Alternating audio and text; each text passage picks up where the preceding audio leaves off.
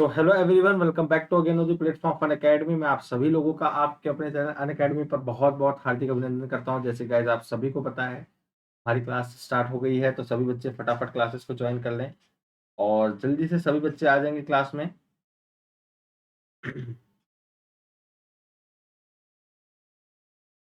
ज़्यादा से ज़्यादा नंबर्स में आप सभी बच्चे क्लासेस को शेयर लाइक एंड शेयर सभी बच्चे कर दें। जो बच्चे न्यू आ रहे हैं क्लास में वो बाद में लाइक कर सकते हैं, बट शेयर अभी कर दें क्लासेस को। अगर उनको पढ़ाया हुआ पसंद आए देन वो लाइक कर सकते हैं बच्चे। और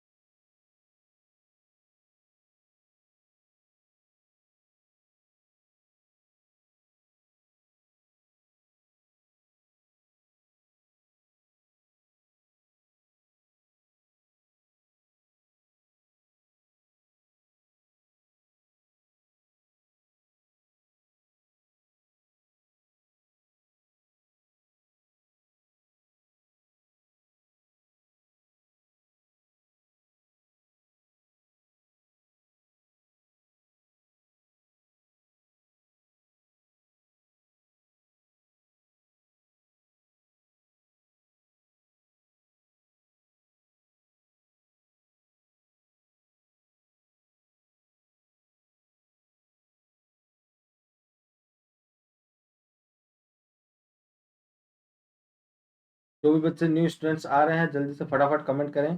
जो भी न्यू स्टूडेंट्स ज्वाइन कर रहे हैं क्लासेस को कमेंट करें। आज आप सभी लोगों से क्वेश्चंस करवाया जाएगा। आप सभी बच्चों से आज क्वेश्चंस करवाए जाएंगे।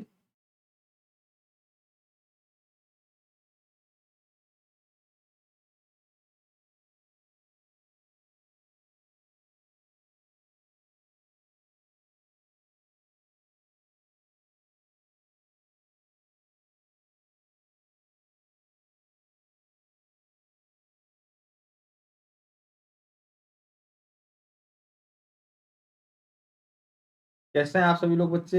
आई होप सभी लोग बढ़िया होंगे, एकदम बढ़िया मौज मस्ती से एकदम बढ़िया से पढ़ाई कर रहे होंगे, स्वस्थ व्यस्त मस्त होंगे एकदम। तो चलिए आपकी क्लास स्टार्ट करते हैं। और जैसे कि आप सभी को पता है हम कॉस्ट ऑफ कैपिटल पढ़ रहे थे, जो कि बड़ा ही बेहतरीन चैप्टर, प्यारा सा चैप्टर था ये हमारा। और प्रणाम प्रणाम जी प्रणाम। तो ये मेरा नाम है Abhishek Shukla. My name is Abhishek Shukla and I have more than 3 years of experience in teaching field and I am specialized for the subject of एनटेक कॉमर्स फॉर नेट जेआरएफ। मैं आप सभी बच्चों को नेट जेआरएफ की प्रिपरेशन करा रहा हूँ और आज से सभी लोगों की 7 बजे तो क्लास होगी, बट 9 बजे आप सभी लोगों की रिसर्च एप्टीट्यूड के लिए वो करवाया जाएगा, क्वेश्चंस करवाए जाएंगे। तो सभी बच्चे क्लासेस को ज़्यादा से ज़्यादा नंबर्स में ज्वाइन कर लें और शेयर कर लें। रिसर्च एप्टीट्यूड जिन भी बच्चों को ज्वाइन करना है। गुड इवनिंग चंचल चौधरी जी।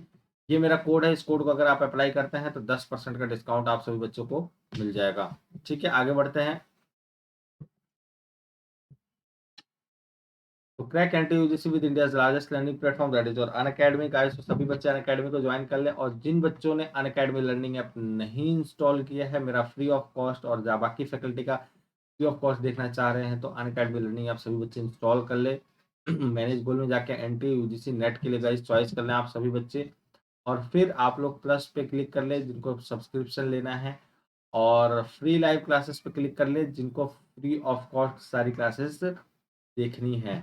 ठीक है, इसी तरीके से आप लोग एन टी यू जी सी नेट के लिए यहाँ पे चॉइस कर लें और सब्सक्रिप्शन पे क्लिक कर दें सभी बच्चे। अगर जब यहाँ पे आप लोग सर्च करेंगे मेरा नाम, तो मेरी सारी क्लासेस आप सभी लोगों को फ्री ऑफ कॉस्ट दिख रही होंगी। Good morning Chanchal Chaudhary ji, Nishal Jora ji good morning, Sandeep Nagar ji good morning to everyone, सभी लोगों को बहुत बहुत गुड मॉर्निंग। चलिए भाई आगे बढ़ते हैं। देन आपको गाइस अपनी प्रोफाइल को कंप्लीट करना है। ठीक है, अपने प्रोफाइल को कंप्लीट करना है, आपको पेमेंट करना है। Debit card, credit card, EMI, UPI, wallet options guys आप सभी के पास अवेलेबल है। ठीक है, और इसके बाद ये आपके पास प्लस के कोर्सेस है, जैसे कि आप सभी लोग देख पा रहे हैं यहाँ पे आप सभी लोगों के पास प्लस के कोर्सेस है, आइकॉनिक के कोर्सेस है आप सभी के पास। तो प्लस पे 4 चीज़ें मिल रही होंगी आपको, live classes, test series, unlimited practice, structure schedule. और आइकॉनिक में इन 4 चीज़ों के साथ-साथ आपको अलग बेनिफिट्स भी मिल रही होंगी, जैसे कि आपके पास personal coach, study weekly reviews, booster sessions, doubt solving sessions, आपके पास interview preparation for SOP and preparatory study material. Anand Sagar ji good morning good morning. ठीक है, तो ये आपके सामने कुछ बेनिफिट्स हैं जो कि आप सभी लोग देख पा रहे हैं। और ये आपके पास 1 महीने का सब्सक्रिप्शन अमाउंट है 2610, और इसी तरीके से 3 महीने, 6 महीने, 12 और 24 महीने का प्लस का सब्सक्रिप्शन आप सभी लोगों को शो हो रहा होगा। फिर इसके बाद आप लोगों के पास आइकॉनिक का इसी तरीके से, और फिर आपको ये आइकॉनिक के लिए आपका 12 महीने का जैसे 23,400, 6 महीने का 16,200, और 26,000, 18,000, 45,000 आप सभी लोग देख पा रहे हो। आज हमारी क्लास में फर्स्ट टाइम कौन कौन सा बच्चा आया है, जल्दी से एक बार कमेंट करेगा जो बच्चे आज हमारी क्लास में पहली बार आ रहे हैं।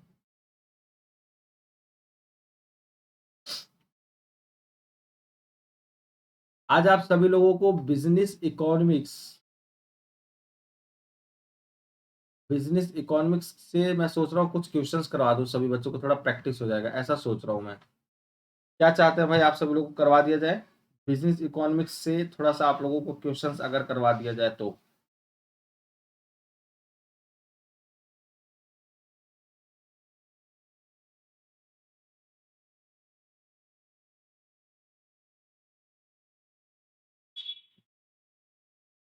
क्या कहना है आप सभी लोगों को बच्चों का? जल्दी से कमेंट करें, करवा दिया जाए क्वेश्चंस।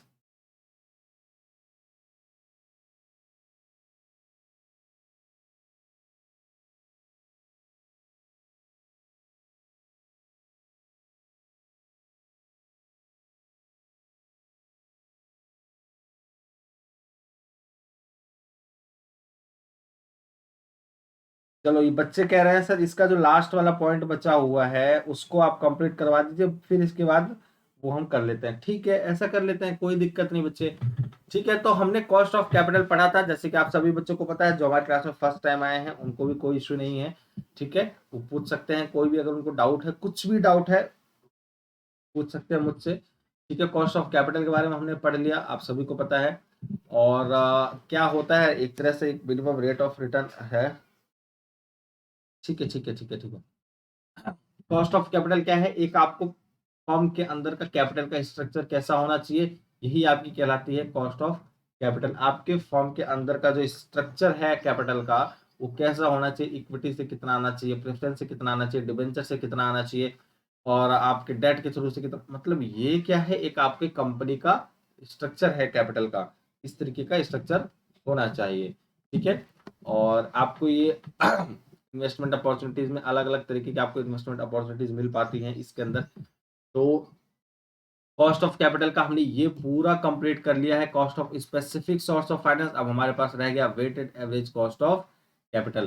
कहने का मतलब ये है कि आपको कॉस्ट ऑफ कैपिटल में जो है स्पेसिफिक सोर्स ऑफ फाइनेंस में, चाहे वो डेट के थ्रू हुआ, ठीक है, चाहे वो रिटेड अर्निंग के थ्रू हुआ, चाहे वो इक्विटी के थ्रू हुआ, और चाहे फिर वो प्रेफरेंस के थ्रू हुआ, स्पेसिफिकली जिस भी सोर्स से अगर आप कैपिटल मंगाते हो, जिस भी सोर्स से अगर आप कैपिटल मंगाते हो, तो उस सोर्स को आपको बोलते हैं cost of specific source of finance.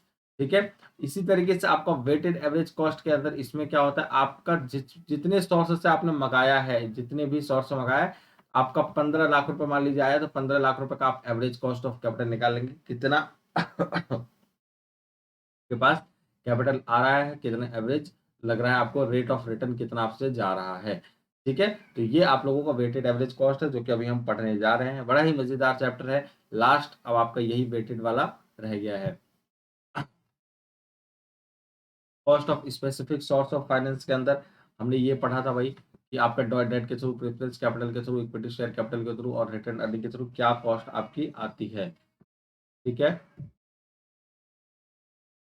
Formula हमने देख ही लिया था बढ़िया से, sales value, perpetual, irredeemable, redeemable, सारी चीजें हमें बढ़िया से देख लिया था, कोई दिक्कत नहीं है।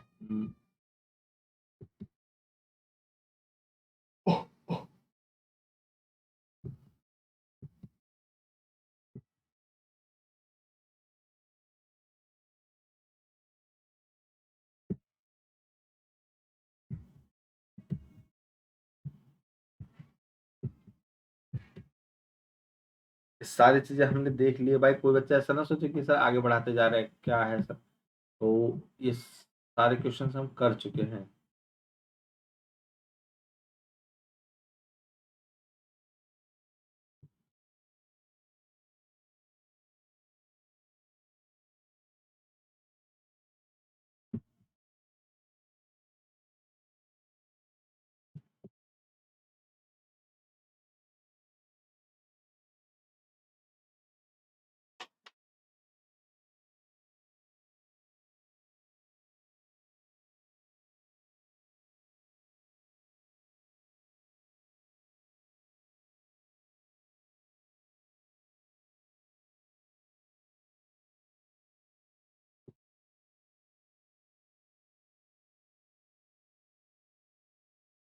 ये वाला क्वेश्चन हमने कर लिया था बच्चों, ये वाला, ये वाला, ये वाला, ये वाला।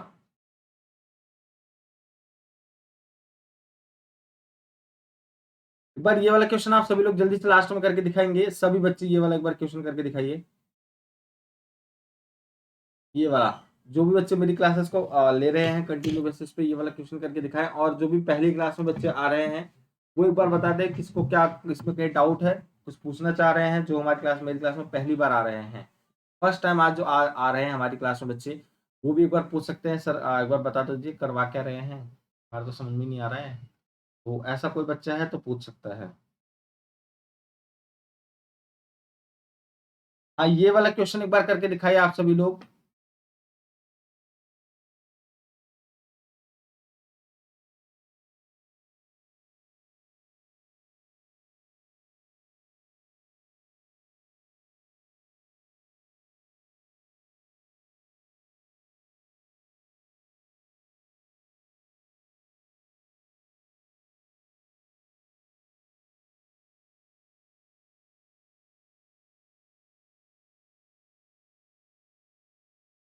जल्दी से फटाफट ये क्वेश्चन करके दिखाइए आप सभी बच्चे लोग। फिर इसके बाद नेक्स्ट टॉपिक पढ़ रहे हैं डायरेक्ट, और आज खत्म करके इसको लास्ट वाली 7 बजे वाली क्लास में पूरा कॉस्ट ऑफ कैपिटल शुरू से लेकर लास्ट तक रिवीजन एक बार में कर लेंगे। हमारा बढ़िया तरीके से कॉस्ट ऑफ कैपिटल तैयार हो जाएगा, कोई इशू नहीं रहेगा हमारे पास।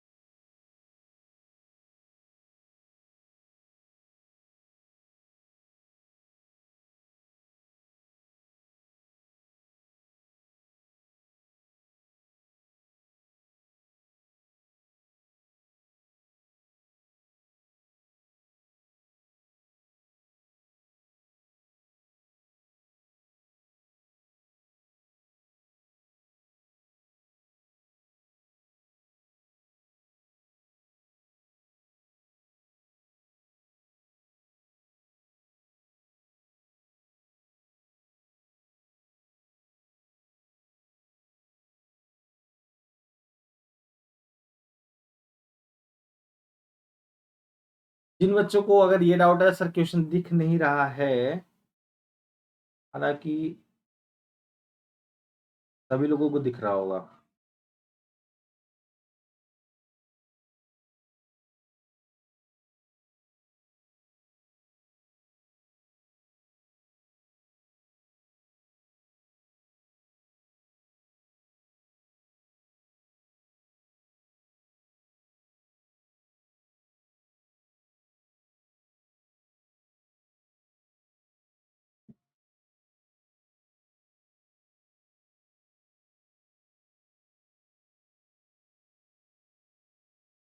और आज थोड़ा सा हम चैप्टर करेंगे बिजनेस इकोनॉमिक्स से, कुछ क्वेश्चंस करवाऊंगा मैं आप सब लोग, देखते हैं भाई कोई बच्चा भूल तो नहीं गया है।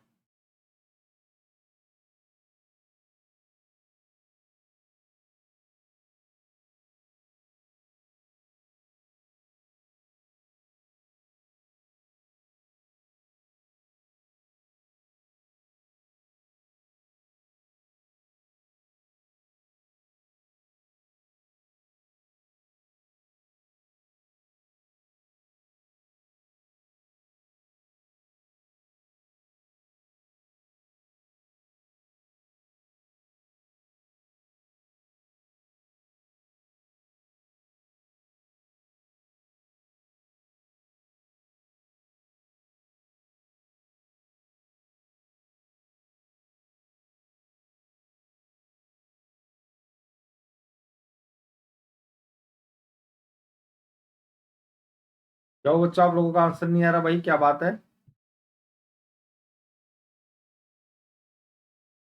हम्म।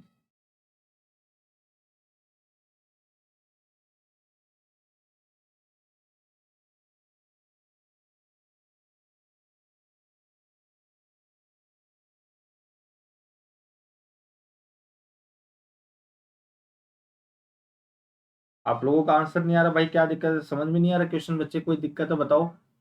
एक कंपनी है, 20 रुपए करंटली में है उसके market price, dividend 1 rupees share कर रहा है, प्राइसेस का 1 रुपीज डिविडेंड है, और ग्रोथ रेट उसका जो है वो 5% है पर ईयर।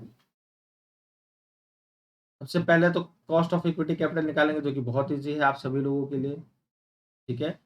फिर इसके बाद if the anticipated growth rate 6% है, इंडिकेटेड मार्केट प्राइस निकालेंगे। फिर कॉस्ट ऑफ कैपिटल 8% हो जाए, और कॉस्ट ऑफ कैपिटल, ठीक है, ध्यान रखना, कॉस्ट ऑफ कैपिटल अगर 8% हो जाए, ये 5% है, indicator market price calculate indicator market. और फिर इसके बाद आपको डिविडेंड निकालना है, वो क्या कहते हैं, मार्केट प्राइस निकालना है।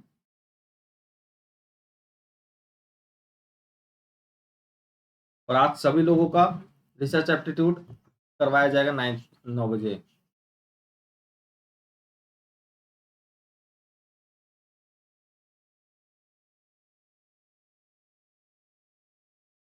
कल से new chapter time value of money start करेंगे। आप सभी लोग निकाल लेना फिर भाई क्वेश्चन, ठीक है, आंसर का। चलो अब यहाँ पे पढ़ते हैं आपके पास कॉस्ट ऑफ रिटेन्ड अर्निंग। अब रिटेन्ड अर्निंग ही हालांकि हम पढ़ रहे थे, लेकिन अब यहाँ पे एक्चुअली क्या है बच्चे, रिटेन्ड अर्निंग जैसे कि आप सभी लोगों को मैंने बताया था, रिटेन्ड अर्निंग एक ऐसी तरीके की अर्निंग होती है जिस जिस जो आप कुछ भी कर सकते हो, इसकी एक तरह से एक्चुअल में माने तो कोई कॉस्ट तो नहीं आती है।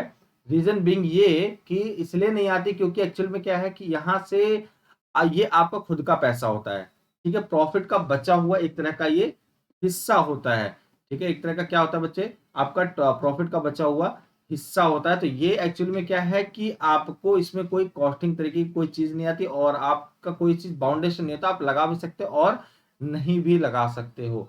तो आई होप ये चीजें आप लोगों को क्लियर हो गई रिटेन अर्निंग के रिगार्ड्स में। यहाँ पे एक्चुअल में क्या बच्चे, इनकम टैक्स और ब्रोकरेज कॉस्ट एडजस्टमेंट यहाँ पे जरूर आती है यहाँ पे, ठीक है। So the income tax adjustment, the dividends receivable by the shareholders are subject to income tax, ठीक है।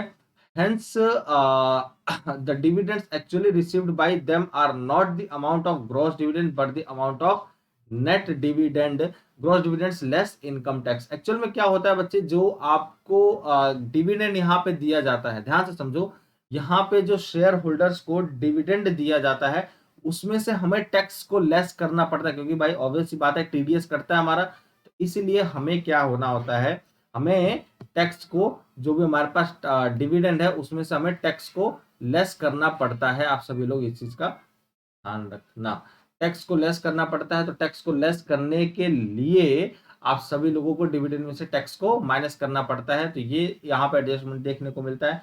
दूसरा क्या है, ब्रोकरेज कॉस्ट आता है, जब आपको usually the shareholders have to incur some brokerage cost for investing dividend receive, thus the funds available with them are reinvesting will be reduced by this amount। Actual में क्या होता है, जब वो अब ऑब्वियस सी बात है, देखो कोई किसी के पास जो इन्वेस्टर होते हैं ना, उनके पास जब भी पैसा आता है, जब भी पैसा आता है ना, चाहे किसी भी सोर्स ऑफ इनकम से आ रहा हो, वो कोशिश यही करता है अगर उनके पास 50 रुपए आए तो 50 रुपए में 10 रुपए बचा के 40 रुपए तो मैं इन्वेस्ट कर ही दूंगा, 40 रुपए मैं इन्वेस्ट कर ही दूंगा। तो इसी तरीके से इनको क्या होता है, जब भी कोई भी डिविडेंड रिसीव हुआ, मान लीजिए 100 रुपए डिविडेंड रिसीव हुआ, मान लेते हैं एक तरह का 100 रुपए का डिविडेंड अगर रिसीव हुआ, तो ये फिर से एक्स लिमिटेड में 100 रुपए लगा देंगे, उसी लिमिटेड फिर से 100 रुपए और इन्वेस्ट कर देंगे। एक तरह का क्या हुआ, अब पता है ना आपको, कोई भी चीज जब पैसा इन्वेस्ट किया जाता है या फिर पैसा सोर्स ऑफ फाइनेंस से मंगाया जाता है, तो बीच में ब्रोकरेज कॉस्ट, कमीशन, अंडरराइटिंग के कॉस्ट कॉस्ट ये सब चीजें आती हैं। तो ये आप लोगों को यहाँ पे देखने को मिला कि इनकम टैक्स और ब्रोकरेज कॉस्ट यहाँ पे कैसे एडजस्ट किया जाएगा। क्लियर है सभी लोगों को, ठीक है, आगे बढ़ते हैं। तो अब इसी तरीके से आप लोगों को रिटेन्ड अर्निंग के अंदर ये फॉर्मूला आप लोगों को निकल के आता है, ये फॉर्मूला आप सभी लोगों के अंदर निकल के आता है, क्या, कॉस्ट ऑफ, आपको पता है मैंने बताया था, केडी का मतलब कॉस्ट ऑफ डेट, के का मतलब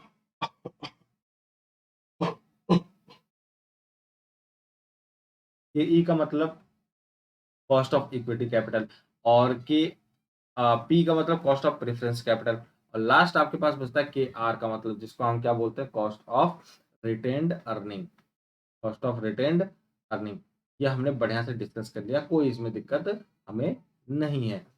इसी तरीके से हमने जब हम के आर डिस्कस कर रहे हैं, तो के आर फॉर्मूला आपका वही है, ध्यान से देख पा रहे होंगे सभी बच्चे, फॉर्मूला आपका एज इट इज वही है, बस इसमें ये आपका जुड़ गया क्या, 1 माइनस टी 1 माइनस बी, मतलब जो भी आपको के आर रिटर्न अर्निंग आ रहा है उसमें से आपका जो भी डेट निकला उसमें से आपको क्या करना है, टैक्स को माइनस कर देना है और आपको ब्रोकरेज कॉस्ट को माइनस कर देना। बी फॉर ब्रोकरेज कॉस्ट है, जब नई सिक्योरिटी में हम इन्वेस्ट करते हैं पैसा, ठीक है। तो बी पे आप इन्वेस्ट कर लो या फिर आपका इस पे इन्वेस्ट कर लो, क्या कहते हैं, टैक्स टैक्स जो आपका माइनस हो जाएगा। तो ये दो चीजें आप लोगों को यहाँ पे माइनस करने की जरूरत पड़ती है। तो फॉर्मूला आपका वही है, सेम आप सभी को पता है, फॉर्मूला आपके पास सेम है, ये आपके पास सच है। तो the cost of retained earning, cost of expected dividend, growth rate, net process of equity issue, tax rate, cost of purchasing new securities और brokerage cost. So I hope ये चीजें आप लोगों को एकदम बढ़िया तरीके से क्लियर हो गई, कोई इसमें दिक्कत वाली बात नहीं होगी, ठीक है। 1 माइनस टी मतलब टैक्स और 1 माइनस बी मतलब ब्रोकरेज कॉस्ट, और कुछ भी यहाँ पे आपको एडिशनल नहीं करना, बाकी आपका जो फॉर्मूला पहले था वही फॉर्मूला है, same as it is same है, कोई इसमें दिक्कत वाली बात नहीं है। चलिए अब यहाँ पे सेम वही चीज ये भी है बच्चे, कहीं ऐसा मत समझ लेना वो फॉर्मूला और ये फॉर्मूला अलग है, जैसे ये वाला फॉर्मूला और ये वाला फॉर्मूला अलग है, आपको पता है। अब इसको प्रूफ करके दिखाते हैं। के आर इज इक्वल्स टू क्या लिखा हुआ है,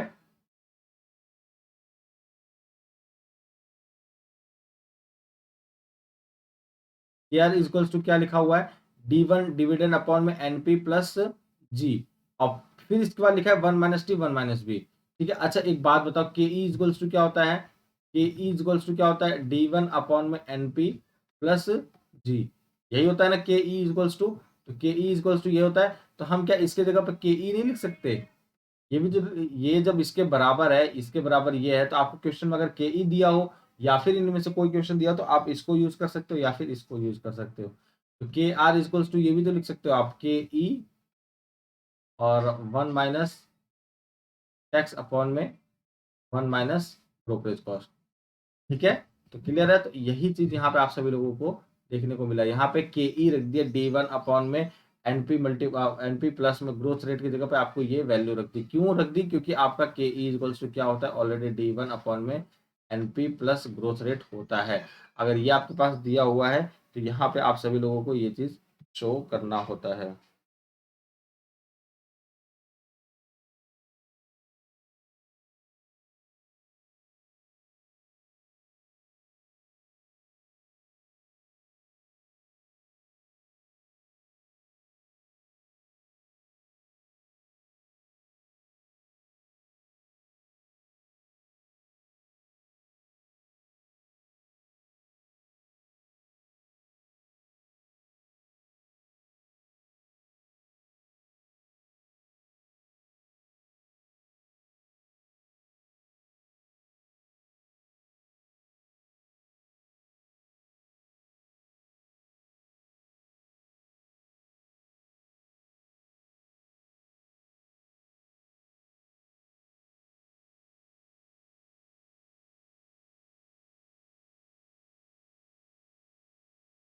ठीक है, तो ये आप लोगों को यहाँ पे शो होते हैं cost of retained earning. So I hope ये चीज एकदम बढ़िया तरीके से क्लियर हो गई, कोई बात किसी बच्चे को कोई इशू नहीं होगा। समझ में आ रहा है सभी बच्चों को, तो भाई सभी को समझ में आ रहा है ये K E K R equals to 1 minus T 1 minus B क्यों हो गया, क्या रीजन, क्योंकि हर एक चीजों के पीछे आपका वो होना ही चाहिए, आपका कॉन्सेप्ट होना चाहिए, सर इसका ऐसा क्यों हुआ। टैक्स रेट ये बता ही दिया, ये भी मैंने बता दिया, के इज टू मैंने क्या बताया, rate of return available to shareholders, ठीक है। तो ये आप सभी लोगों को मैंने ये चीज समझा ही दिया है, के ई और ये सारी चीजें। एक्चुअल में किसी बच्चे को रिटेन अर्निंग में अगर कोई भी दिक्कत है, फॉर्मूला के ऊपर क्वेश्चंस, आई थिंक क्वेश्चंस यहाँ पे क्वेश्चंस नहीं है बच्चे, कोशिश करूंगा मैं आप सभी लोगों को क्वेश्चंस यहाँ पे मैं बना सकूं आप सभी लोगों से, ठीक है। और आप लोगों से क्वेश्चन तो करवाने ही है हालांकि, तो आप सभी लोगों से क्वेश्चन मैं करवाऊंगा। थोड़ा सा भी यहाँ पे मैं क्वेश्चन सभी मैंने बना के शायद यहाँ पे मैंने डाला नहीं है अभी एक्चुअल में, ठीक है। WACC मेथड आ गया डायरेक्ट, चलो कोई दिक्कत नहीं, ठीक है। तो WACC मेथड क्या होता है, एक्चुअल में आपका weighted average cost of capital होता है, weighted average cost of capital, इसमें सारे कॉस्ट ऑफ कैपिटल के रिक्वायरमेंट आ जाती हैं, जैसे क्या, it is the weighted average of the specific cost of the different components in the capital structure. इसके अंदर आपको पता है ना, आपको पता है स्पेसिफिक जितने भी सोर्सेस हैं, जैसे कि आपके चाहे वो इक्विटी शेयर से हुए, चाहे वो प्रेफरेंस शेयर से हुए, चाहे वो इक्विटी हो गया, प्रेफरेंस हो गया, और क्या बचा भाई आपके पास, डेट के थ्रू हुआ या फिर वो रिटेन अर्निंग के थ्रू हुआ, जितने भी स्पेसिफिक सोर्स ऑफ अलग अलग सोर्स से आपके पास कैपिटल आए हैं, उसका एक एवरेज कॉस्ट निकालना कि इन सबको मिला के आपकी कॉस्टिंग कितनी आ रही है, ये आपका कहलाता है वेटेड एवरेज कॉस्ट। मतलब आप स्पेसिफिक वाले में आपने इक्वल स्पेसिफिकली पढ़ा, इसका ये इसकी कॉस्टिंग है, इसकी कॉस्टिंग है, इसकी कॉस्टिंग है, बट आपका वेटेड एवरेज कॉस्ट में आपको स्पेसिफिकली नहीं पढ़ना पड़ेगा, आपको सारी चीजें ऐड करना पड़ेगा। ठीक है, तो ये आप लोगों को यहाँ पे देखने को मिलता है। क्लियर सभी बच्चों को? नेक्स्ट,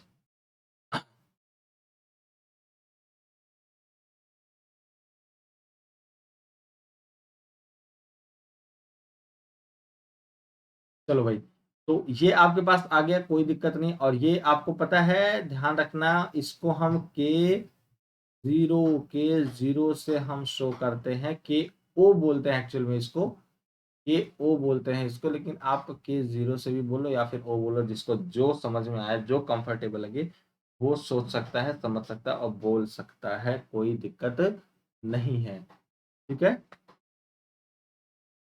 चलिए भाई आगे बढ़ते हैं। इसका फॉर्मूला क्या होता है बच्चे? Compute the after tax specific different sources of finance, assign weights to different finance, compute W कर है वही सारा, मतलब बस आपको क्या करना है, वो दे दिया है बस इसी तरीके से कि ये इसका कॉस्ट निकालो, इसका कॉस्ट निकालो। ठीक है, तो के जीरो का आपका क्या होगा कि डब्ल्यू डी के डी डब्ल्यू पी के पी और के आर डब्ल्यू ई के ई।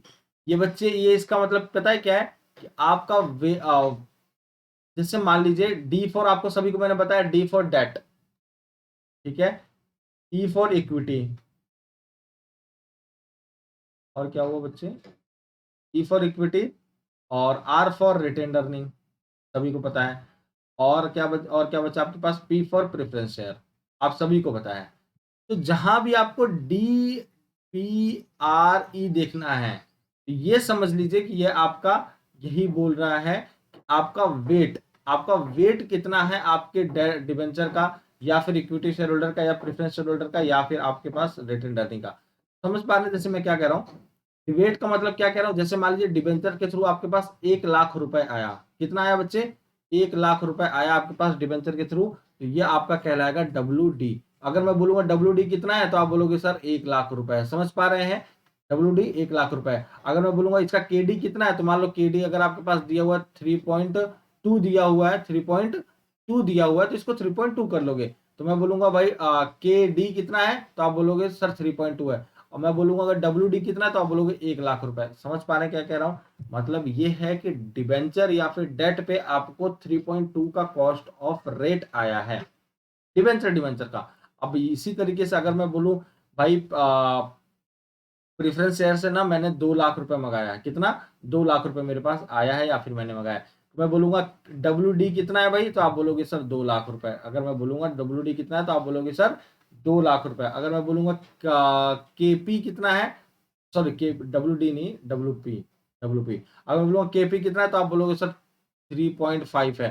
तो ये क्या है, वो मतलब एक तरह से निकला होगा आपके पास कॉस्ट ऑफ प्रेफरेंस शेयर, तो आप बोलोगे 3.5 है।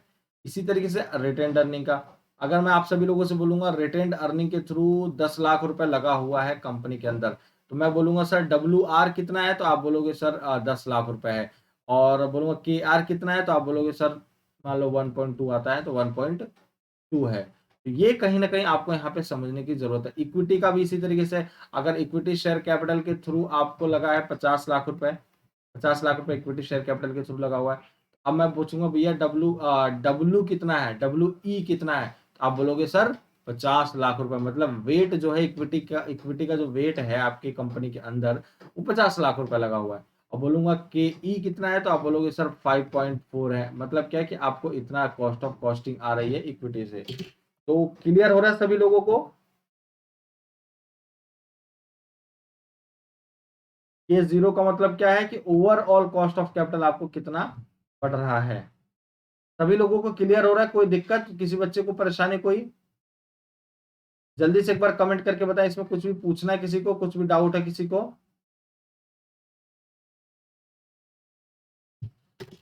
कुछ भी किसी बच्चे को इसमें डाउट है तो जल्दी से फटाफट जल्दी से बताए बच्चा। किसी को कुछ भी अगर कहीं भी किसी भी पॉइंट में अगर डाउट है कि सर मुझे बता दो ये वाला, मुझे फिर से समझ में नहीं आया, एक बार फिर से बता दो।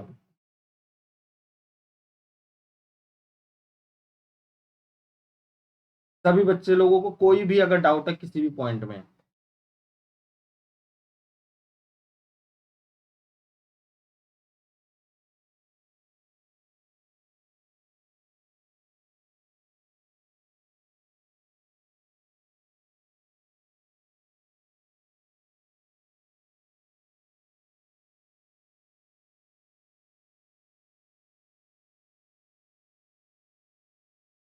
किसी बच्चे को कोई भी इसमें अगर डाउट होता है तो पूछ सकता है, कोई भी इशू अगर इसमें होता है तो वो बच्चा पूछ सकता है, कोई दिक्कत नहीं है।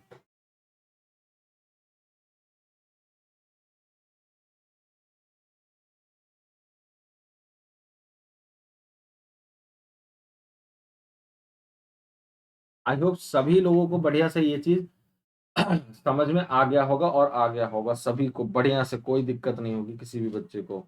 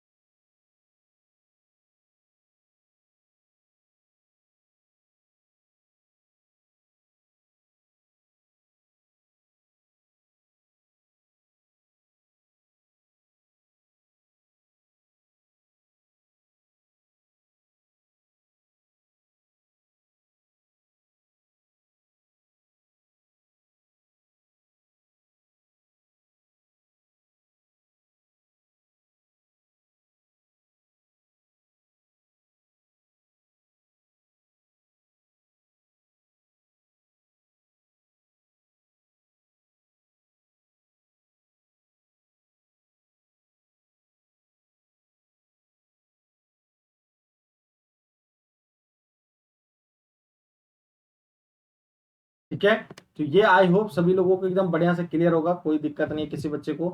चलिए, तो जैसे एक क्वेश्चन यहाँ पे दिया हुआ है आप सभी लोगों को, जैसे यहाँ पे आप सभी लोगों को एक क्वेश्चन दिया हुआ है, और इसको एक बार रफ करते हैं। ठीक है, अब यहाँ पे एक्चुअली में आप लोगों को क्वेश्चन दिया था, following is the capital structure of a company. एक कंपनी का ये कैपिटल स्ट्रक्चर जो कि यहाँ पे आप सभी लोगों को शो हो रहा है। Calculate the overall cost of the capital. Overall cost of the capital अगर निकालना हो तो आपको ये कैलकुलेट करना है। अमाउंट, जैसे कि देख पा रहे होंगे सभी बच्चे, amount of share capital 8 lakh रुपए है। मतलब क्या, कैपिटल के बाद जो शेयर कैपिटल लगा है वो 8 लाख रुपए लगा हुआ है इक्विटी शेयर कैपिटल में। रिटेन्ड अर्निंग के थ्रू लगा हुआ है 4 लाख रुपए। ठीक है, परसेंट कितना जा रहा है, 16%, 15%। ठीक है, प्रेफरेंस कैपिटल के थ्रू लगा हुआ है 6 लाख रुपए, इस पे 12% जा रहा है टैक्स। ठीक है, और इसी तरीके से डिवेंचर पे जो लगा हुआ वो 6 लाख रुपए लगा हुआ है, जो कि 9% इंटरेस्ट जा रहा है आफ्टर टैक्स। ठीक है, आफ्टर टैक्स जो कॉस्ट आ रही है, ये कॉस्ट लिखा हुआ है बच्चे, मतलब टैक्स देने के बाद ये जो के, आप इसको क्या बोलोगे बच्चे, के ई। और ये क्या है बच्चे, के आर। ये क्या है बच्चे आपके पास, के पी। ये क्या है बच्चे आपके पास, के डी। ठीक है, तो और ये आपके पास टोटल जो आया ये क्या है बच्चे, के जीरो। समझ में आई बात? यहाँ हालांकि के जीरो नहीं आया है अभी आपके पास, के डब्ल्यू एक तरह से समझे, मतलब ये के डब्ल्यू नाम की कोई चीज नहीं, मतलब ये है कि आपके पास के जीरो का मतलब आपको निकालना है। ठीक है, के जीरो तो निकालना है, डब्ल्यू ए सी सी का मतलब क्या हुआ, के जीरो। ठीक है, क्लियर है सभी बच्चों को? तो आई होप सभी लोगों को ये चीज बढ़िया बढ़िया से एकदम समझ में आ रहा होगा सभी बच्चों को। ठीक है, आगे बढ़ते हैं। तो इसी तरीके से आपके पास फॉर्मूला क्या है, K0 equals to WD KD plus WP KP plus WR KR plus WE KE। तो बस आपको करना कुछ नहीं है बच्चे, ठीक है, आपको करना कुछ नहीं है, बस देखिए, मान लीजिए KE से कितना है बच्चे आपके पास, 6 लाख रुपए है, मानते हैं शायद 6 लाख ही है, ठीक है। टोटल कितना आपके पास है, टोटल ओवरऑल जो कॉस्ट आई है वो कितना आई है बच्चे आपके पास, 24 लाख रुपए है, जो आपकी कंपनी में पूरा फॉर्म में लग रहा है वो 24 लाख रुपए आपके पास आई है।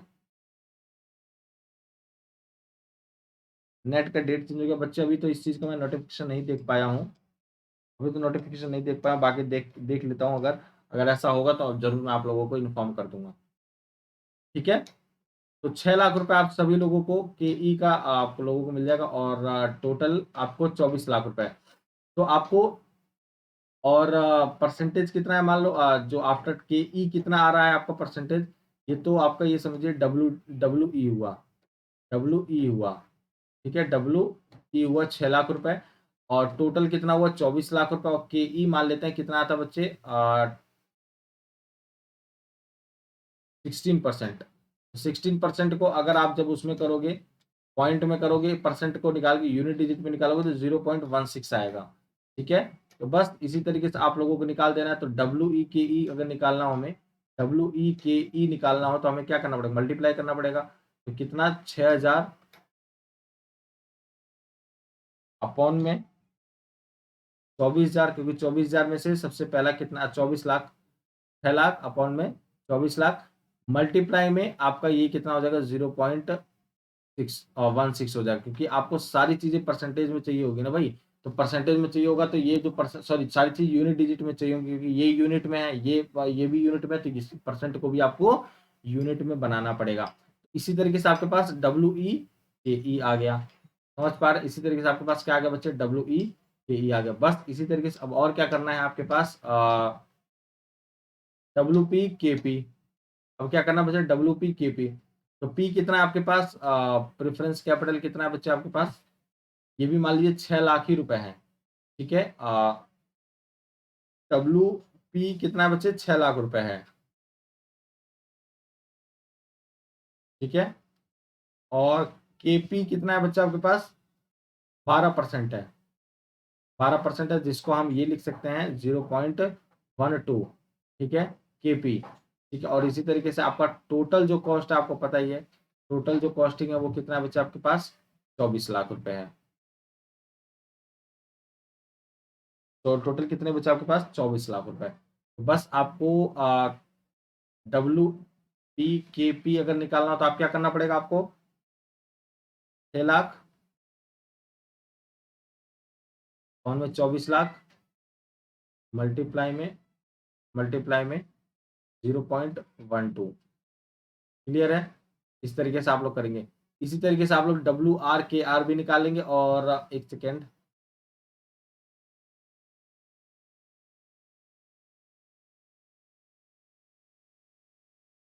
इसी तरीके से आप WR KR भी निकालेंगे, कैसे, WR कितना है आपके पास, WR है आपके पास 4 लाख रुपए, ये कितना है आपके पास, 24 लाख रुपए टोटल वाला। जितना आपके पास टोटल अमाउंट है उसको उतने से डिवाइड कर दो आप, और मल्टीप्लाई में आपको पता है उतना ही कर देंगे जितना आपका KP है, या सॉरी KR है, 0.15 है तो 15 कर दिया। क्लियर सभी को, आई होप ये चीज एकदम बढ़िया से क्लियर हो गया होगा सभी को, कोई दिक्कत इसमें नहीं होगी, किसी भी बच्चे को इसमें कोई इशू नहीं होगा, किसी बच्चे को कोई इसमें इशू नहीं होना चाहिए, बहुत ईजी है ये आप लोगों के लिए, ठीक है।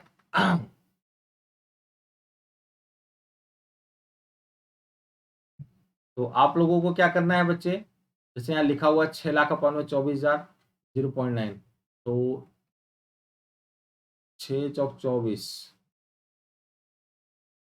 1 अपॉन में 4.0.9 प्लस 1 अपॉन में 4.0.1209, ठीक है, प्लस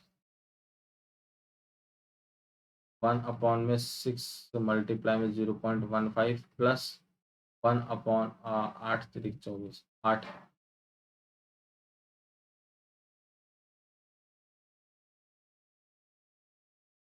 1/3 मल्टीप्लाई में 0.16।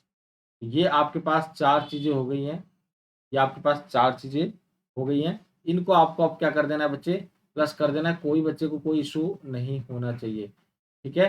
तो 9 चौक 36 को यहाँ से डायरेक्ट मल्टीप्लाई करना है इसको 12 चौक 48, 480 आपके पास 480 कह रहा हूँ,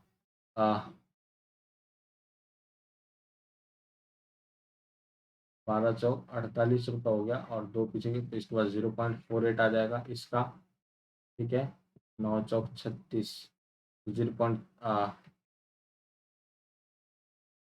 पहले का आ जाएगा 0.36, दूसरे का 0.48 और 6 पंजे 30, तो इसका आ जाएगा 3, ठीक है। तीसरे का, और ये क्या आ जाएगा 16×48 0.48, ये आ गया आपके पास, ठीक है। अब बस ऊपर ऊपर से इनको क्या करते जाओ बच्चे, मल्टी उसको डिवाइड करते जाओ, बस सारे आंसर्स को प्लस कर दोगे तो ये आपके पास आएगा 13.08। अभी भी नहीं समझ में आया किसी बच्चे को, वो पूछ सकता है। इनकी वैल्यूज आई बच्चे, ऐसा मत समझना क्या मैंने निकाल दिया ये बेटा। 1/1/0.36 प्लस 1/0.48 प्लस 3.00 प्लस 0.48, ठीक है। इसको एक बार डिवाइड भी कर लेते हैं, अच्छी बात है। तो अगर दिक्कत है किसी बच्चे को तो 0.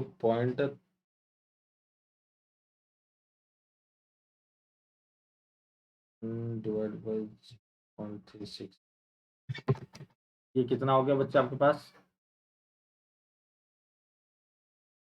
2.77 पहले का, प्लस डिवाइडेड बाई 8,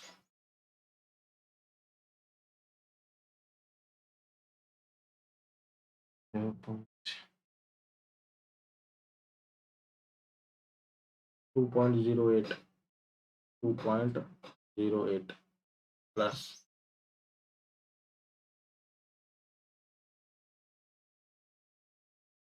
तीसरे का तो आपका 3 है ही, तो प्लस 0.48, 0 पॉइंट कितना आ गया आपके पास 48, 0.4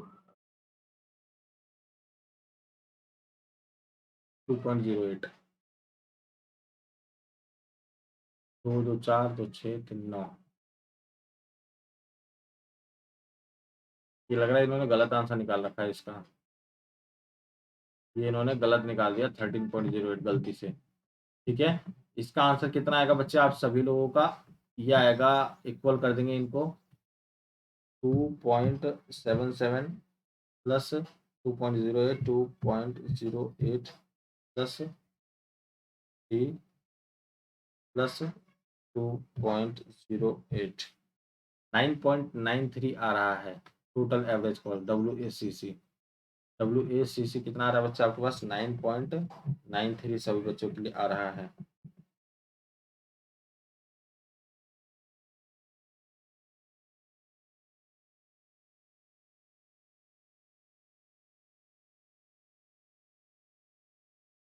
किसको कह रहे हो बच्चे,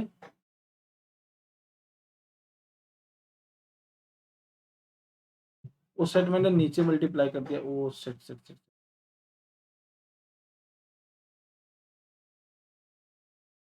अच्छा, ये आपका पूरा इससे मल्टीप्लाई होगा 6 लाख, मैंने गलती से नीचे कर दिया मल्टीप्लाई आपका ये 24,000, मैंने 24 लाख से कर दिया, मल्टीप्लाई में 0.09 हो जाएगा। ये पूरा इससे मल्टीप्लाई होगा पूरा complete. Good morning good morning, ये आपका पूरा कंप्लीट इससे मल्टीप्लाई होगा, तभी तो ये दिक्कत आ रही थी, ठीक है। क्या बच्चा आप लोगों ने गलत करवा दिया है। इसी तरीके से 6 लाख अपॉन में 24 लाख इसके साथ मल्टीप्लाई कर देंगे, जैसे 6 लाख कौन में 24 लाख मल्टीप्लाई में 0.12 ठीक है। फिर इसी तरीके से 4 लाख अपॉन में 24 लाख मल्टीप्लाई में 15 ठीक है। इसके बाद क्या है 8 लाख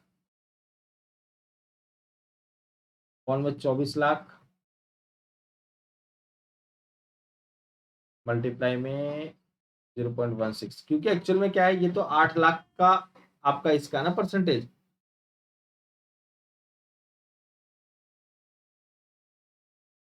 बिल्कुल होगा।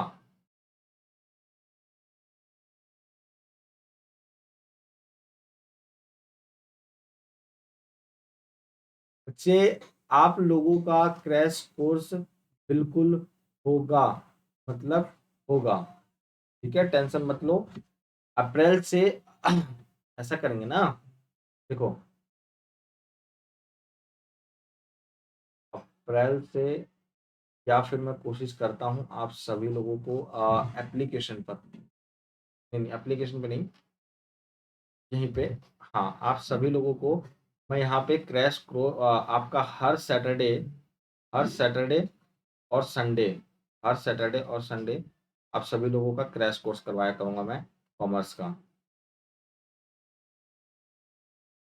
कॉमर्स का आप सभी लोगों को क्रैश कोर्स करवाया करूंगा हर सैटरडे एंड संडे अप्रैल से, ठीक है।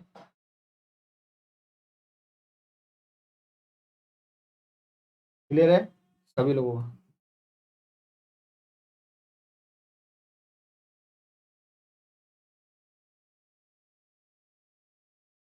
फ्रॉम व्हेन सर, तो बच्चे कह तो रहा हूं मैं, ये आप लोगों का सैटरडे और संडे क्रैश कोर्स होगा।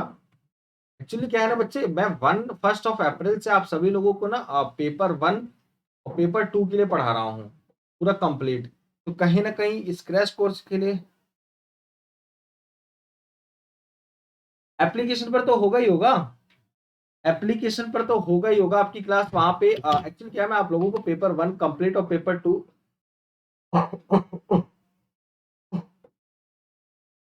पेपर 2 आप लोगों को कंप्लीट करवा रहा हूँ। पेपर 1 पेपर 2 कंप्लीट पूरा, जितने क्वेश्चंस हो सकते हैं, जितने ज्यादा से ज्यादा क्वेश्चन हो सकते हैं उतना आपको ज्यादा ज्यादा क्वेश्चन मुझे प्रैक्टिस करवानी है, आप सभी बच्चों को प्रैक्टिस करवानी है, पेपर 1 के लिए भी पेपर 2 के लिए भी। तो क्रैश कोर्स का थोड़ा टाइम नहीं मिल पाएगा, तो इसके लिए मैं स्पेशली, अगर आपने बोल दिया है इस चीज के लिए, तो मैं पक्का कोशिश कर रहा हूँ कि आपको सैटरडे और संडे आप सभी लोगों को कॉमर्स का क्रैश कोर्स मैं करवाता रहा हूँ, क्योंकि ये तो सब मेन सब्जेक्ट है ही भाई पेपर 2 का। ठीक है भाई, ये तो हम करवाएंगे ही करवाएंगे क्रैश कोर्स सैटरडे और संडे को।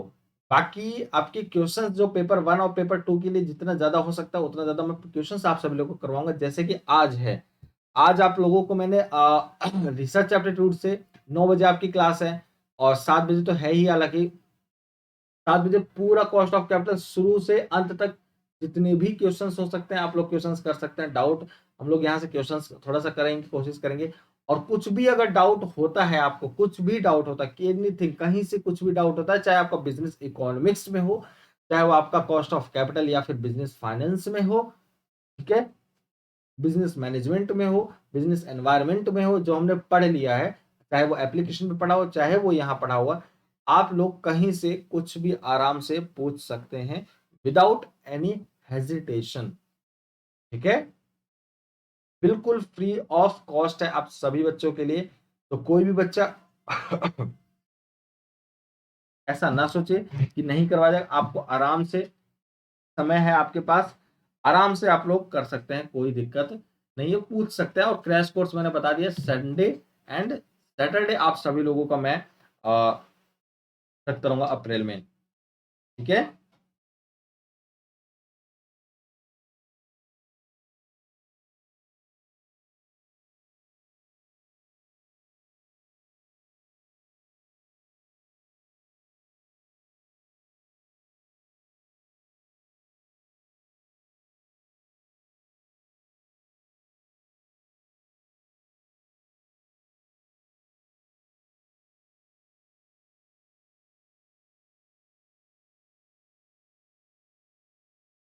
हाँ जी, ठीक है। तो ये समझने की ज़रूरत है आप सभी बच्चों को, टेंशन बिल्कुल भी नहीं लेना है किसी भी बच्चे को, बाकी तो फिर मैं हूँ ही साथ में आप सभी लोगों के। देखो बच्चे, एक्चुअली आप भी तो देखो, हमारे पास समय भी कम था। मेरे पास समय हमारे पास कम था, मेरा ऐसा पढ़ाने का कभी तरीका नहीं है कि मैंने पढ़ाना स्टार्ट किया और शुरू से क्रैश कोर्स लेके आ गया और मैं आप लोगों को बिना उतना डीप, मेरा ये रहता है मोटिव, चलो ठीक है एग्ज़ाम पॉइंट ऑफ व्यू से हमें पढ़ना ही पढ़ना है, बट हमें नॉलेज भी होना चाहिए। नॉलेज होना बहुत ज़रूरी है। आप किसी रिसर्च के लिए आप जा रहे हो, ठीक है? आप रिसर्च में जा रहे हो तो आपके पास होना ये चीज़ ज़रूरी है कि आपको एकदम किसी भी चीज़ का डीप नॉलेज हो, उसका क्या पॉइंट है, क्यों है, क्या रीज़न है, क्या मतलब आपको पूरा डीप नॉलेज होना चाहिए किसी भी टॉपिक का। तो ये मेरा मेन मोटिव रहता है आप सभी लोगों को कि ये चीज़ मैं ज़्यादा से ज़्यादा आप लोगों को मैं करवा सकूँ, ठीक है? कि ज़्यादा से ज़्यादा आप सभी लोगों को ये चीज़ नॉलेज हो सके, ठीक है? पॉइंट से आप किसी भी पॉइंट से कहीं से क्वेश्चन पूछ लिया जाए, कितना भी घुमा के पूछ लिया जाए, आप वो सारे क्वेश्चंस का आप आंसर कर पाओ। ये मेरा मेन एम रहता है आप सभी बच्चों के लिए, सभी बच्चों के लिए।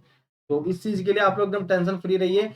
बाकी मैं सैटरडे, संडे और इसीलिए तो मैंने देखो 3 क्लासेस सबसे रख दी हैं। 3 क्लासेस इसीलिए तो रखा है कि बच्चों का मेरा पेपर 1 भी होता रहे और किसी बच्चे को कॉमर्स में भी कोई डिफरेंस ना आए। मैं जो पेपर ले ही रहा हूँ, जो पेपर 2 ले रहा हूँ कॉमर्स, उससे मैं भटकाऊँ ना मैं आप लोगों को, ना मैं खुद भटकूँ। मैं आप सभी लोगों को कॉमर्स का ये करवाता ही रहूँ, कोई इसमें इश्यू नहीं होना चाहिए। ठीक है? कॉमर्स का। तो कॉमर्स के लिए मैंने फिक्स कर रखा है टाइमिंग, 10 बजे मैंने फिक्स कर रखा है, 10 बजे भैया कॉमर्स का आपका फिक्स है, कोई दिक्कत नहीं है। बाकी जिस दिन और बाकी मैं क्वेश्चंस की तो प्रैक्टिस आप सभी लोगों से करवाऊंगा ही करवाऊंगा, ये तो होना स्वाभाविक है, वो तो मैं करवाऊंगा ही करवाऊंगा चाहे कुछ भी हो जाए आप लोगों से, ठीक है? तो वो कॉमर्स का कोई पीछा नहीं छोड़ने वाला हूं मैं। ऐसा मत समझ लेना सर क्रैश कोर्स आपको करवाएंगे या फिर पेपर 1 करवाएंगे तो कॉमर्स का छोड़ देंगे। बच्चे में कॉमर्स का तो मैं मेन फैकल्टी तो कॉमर्स का ही हूँ, तो मैं कॉमर्स का तो फैकल्टी आप लोगों को पूरा जिम्मेदारी मैंने ले ही रखी है। ठीक है, ठीक है। बुझ रहे हो सब लोग को, बुझ रहा है मेरी बात की नहीं बुझ रहा है? समझ में आ रहा है सभी बच्चों को? क्यों भाई? जल्दी से कमेंट करेंगे जो भी बच्चे हैं ऐसे कि जिनको समझ में आ रहा है ये सारी चीजें, बढ़िया से जिसको समझ में आ रहा है।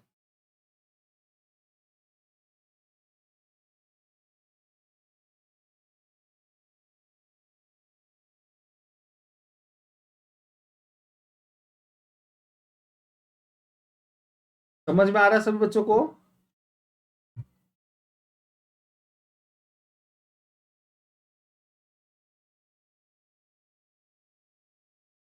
हाँ, तो सभी बच्चे इस चीज का ध्यान रखना बढ़िया से।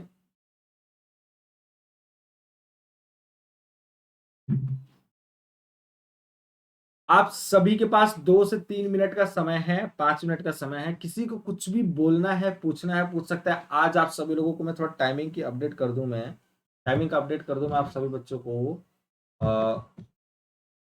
बड़े क्वेश्चंस कर रखे हैं यार।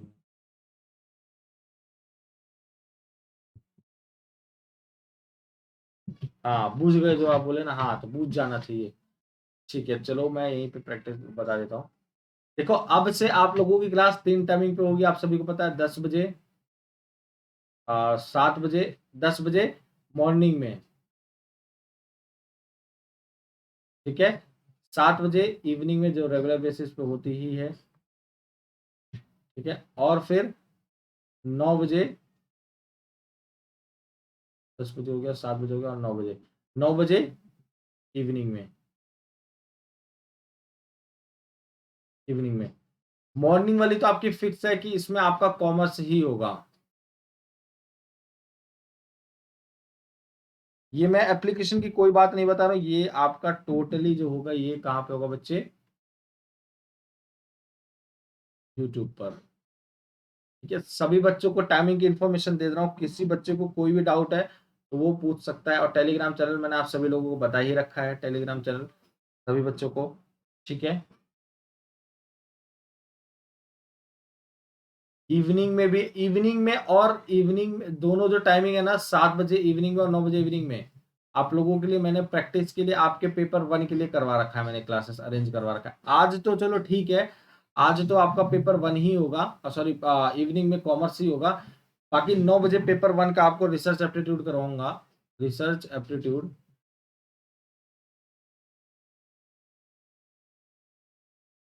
लेकिन बाकी मैं आप सभी लोगों से ये कह रहा हूँ कि 7 बजे और 9 बजे, 7 बजे और 9 बजे आप सभी लोगों को इवनिंग में क्या कहते हैं, मैं कोशिश करूँगा पेपर 1 के लिए पढ़ाऊँ और पेपर 2 के लिए आप सभी लोग, क्योंकि पेपर 1 में काफ़ी सब्जेक्ट्स बड़ा है, काफ़ी सब्जेक्ट्स पड़े हैं उसमें, तो सभी बच्चों को आना पड़ता है उसमें, तो किसी बच्चे को कोई डाउट ना हो, एकदम बेहतरीन तरीके से आपकी प्रैक्टिस चलते रहे।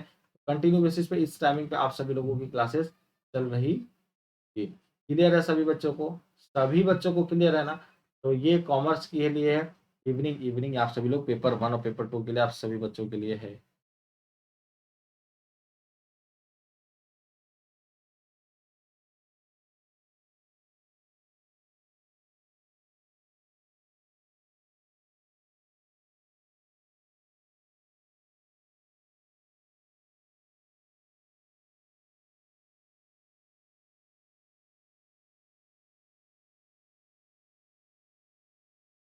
ठीक है।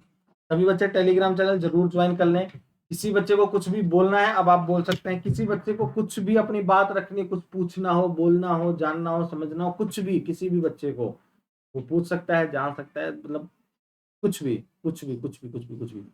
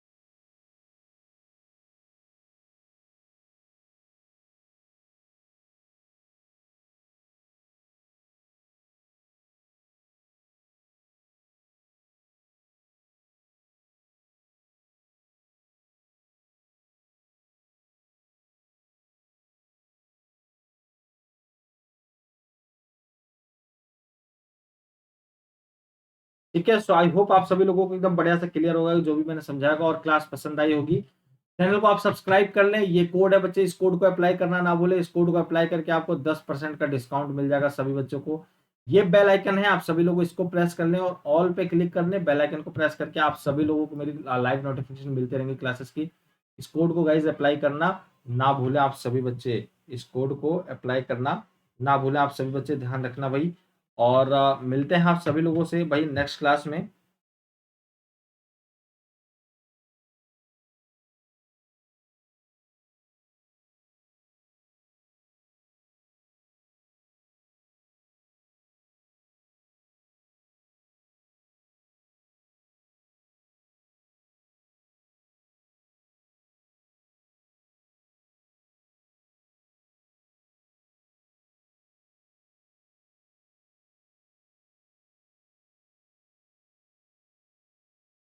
ठीक है, इस कोड को बच्चे, सभी बच्चे अप्लाई करना ना भूलें, बहुत इंपॉर्टेंट है आप सभी लोगों के लिए। इस कोड को आपको 10% का डिस्काउंट मिल जाएगा सभी बच्चों के लिए।